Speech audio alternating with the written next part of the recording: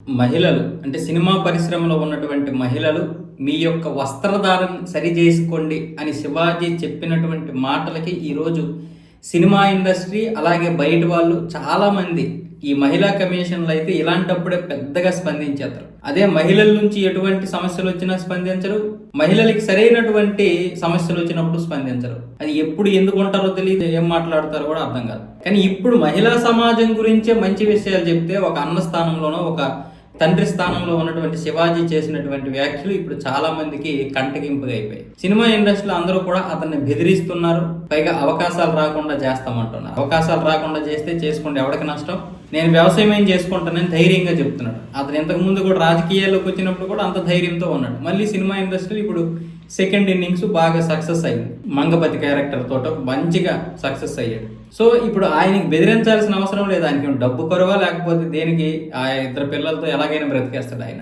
రెండోది, ఇండస్ట్రీలోనే ఉండాలి, నేను ఎప్పటికీ కూడా నటుడిగా ఉండాలి, బాగా డబ్బు సంపాదించాలని మనస్తత్వం శివాజీకి లేదు. ఓ 4 మంచి మొక్కలు చెప్పినప్పుడు 2 పదాలు తప్పుగా దొరికాయి, ఆ సామాను సరుకు ఏదో.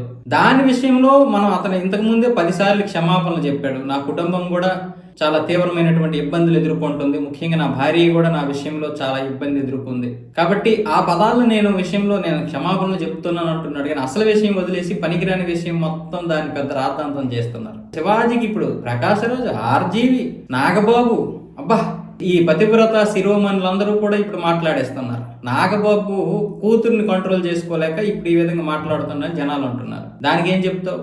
మీ తమ్ముడు ఇప్పుడు పవన్ కళ్యాణ్ గారు ఇటువైపు సనాతన ధర్మం గురించి మాట్లాడుతున్నారు. ఆయనకి మేమందరం సపోర్ట్ చేస్తున్నాం. ఎందుకు? ఆ సనాతన ధర్మంలోనే ఇప్పుడు ఈ విషయాలన్నీ ఉన్నాయి. మహిళల వస్త్రధారణ ఏదైతే ఉందో అదంతా కూడా మన సనాతనలో భాగమే. నువ్వే ఒకవైపు ఏమొచ్చేసి ఇప్పుడు ఇలా మాట్లాడతావు. మళ్ళీ ఏమనంటే స్వేచ్ఛ అంటావు. మహిళలకు స్వేచ్ఛ అంటే గొట్లెప్పమని కాదు. మహిళలకు స్వేచ్ఛ అంటే ప్రతి ఇంట్లో మహిళలు ఉంటారు. వాళ్ళకి మనం ఉద్యోగ అవకాశాల్లో స్వేచ్ఛ ఇవ్వాలి, వాళ్ళకి మనం ఇంట్లో ఉన్నటువంటి పని విషయంలో స్వేచ్ఛ ఇవ్వాలి. నీకు నిజంగా దమ్ము ఉంటే పని మనిషిని పెట్టడం కాదు, మనం రండి పొయ్యి దగ్గరికి వెళ్దాం, మనం రండి వాళ్ళకి ఒక రోజు ఇల్లు తుడిస్తే, పిల్లలు స్కూల్కి వెళ్ళేటప్పుడు వాళ్ళకి హెల్ప్ చేస్తే, లేదా ఉద్యోగానికి వెళ్తున్నటువంటి వారికి హెల్ప్ చేస్తే, వాళ్ళని ఏమాట అనకుండా ఉంటే, ఎటువంటి అనుమానాలు వాళ్ళ మీద పెట్టుకోకుండా ఉంటే అది స్వేచ్ఛ అంటే. అంతేగాని ఇష్టం వచ్చినట్లుగా బట్టలు వేసుకోండి, మీ ఇష్టం వచ్చినట్లుగా తిరగండి, అది కాదు స్వేచ్ఛ అంటే. ఎవడైనా సరే, అది మగాడైనా ఆడదైనా.